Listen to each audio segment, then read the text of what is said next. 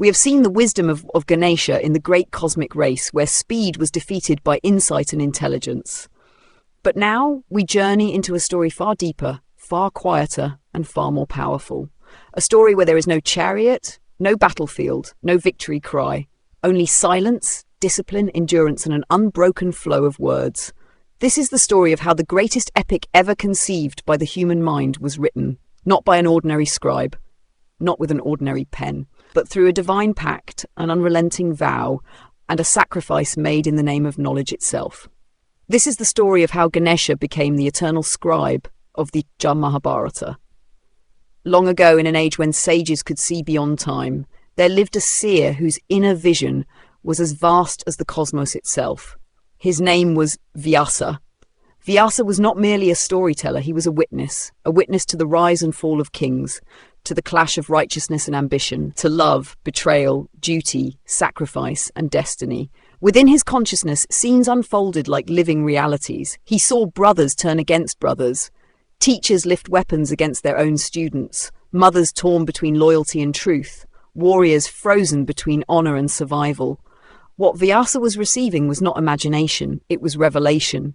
The story pouring into him was so immense, so detailed, so layered with meaning that it felt less like a story and more like the blueprint of human existence itself. But with this divine gift came a terrifying problem. The words arrived faster than human hands could move. Verses followed verses, meanings unfolded within meanings. Before one thought could be written down, 10 more had already appeared. Vyasa tried to write, again and again. But the moment his pen touched the surface, his mind had already moved far ahead. He realized something profound and frightening. This knowledge was too vast for any ordinary scribe. If this epic was not recorded exactly as it was revealed, something eternal would be lost. Future generations would be cut off from wisdom meant for all of humanity. And so, with a heavy heart and folded hands, Vyasa turned toward prayer.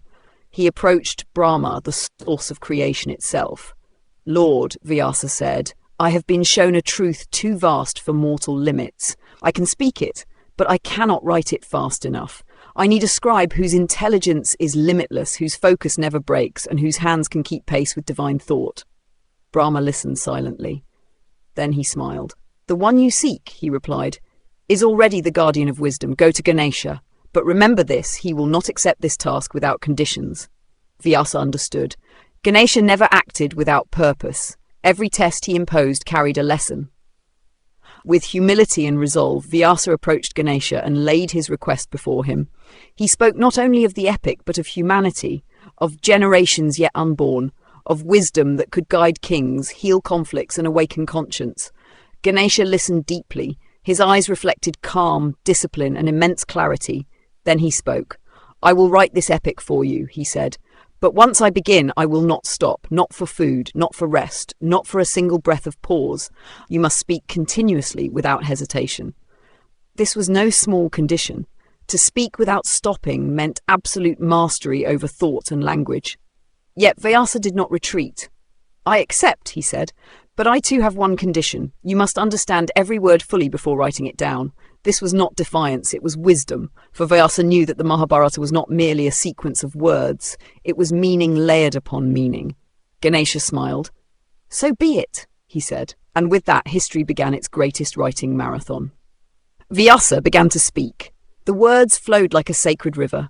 Verses formed effortlessly, one after another. Ganesha wrote, not hurried, not careless, but with astonishing speed and absolute precision. Every syllable was absorbed. Every meaning understood, every verse preserved exactly as spoken. But this was not a simple process. At times, Vyasa needed moments to compose the next revelation. And in those moments, he employed his brilliance. He would speak verses so complex, so philosophically dense, so layered with symbolism, that even Ganesha would pause briefly to reflect before writing.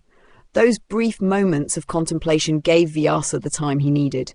This was not trickery, it was cooperation between two supreme intellects. Days passed, then weeks turned into months into years. There were no breaks, no interruptions, no complaints. The sound of spoken wisdom and scratching script never ceased. And then came the moment of crisis. The writing instrument could no longer withstand the pace. It cracked.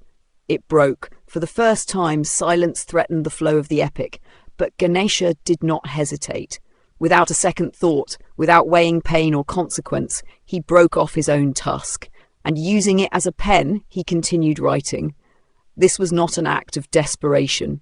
It was an act of devotion to knowledge. Ganesha did not see the tusk as a loss. He saw it as an offering to wisdom, an offering to humanity. Years passed in this sacred union of voice and script, and finally, over 100,000 verses stood complete. The Mahabharata was born, not merely as a book, but as a living guide.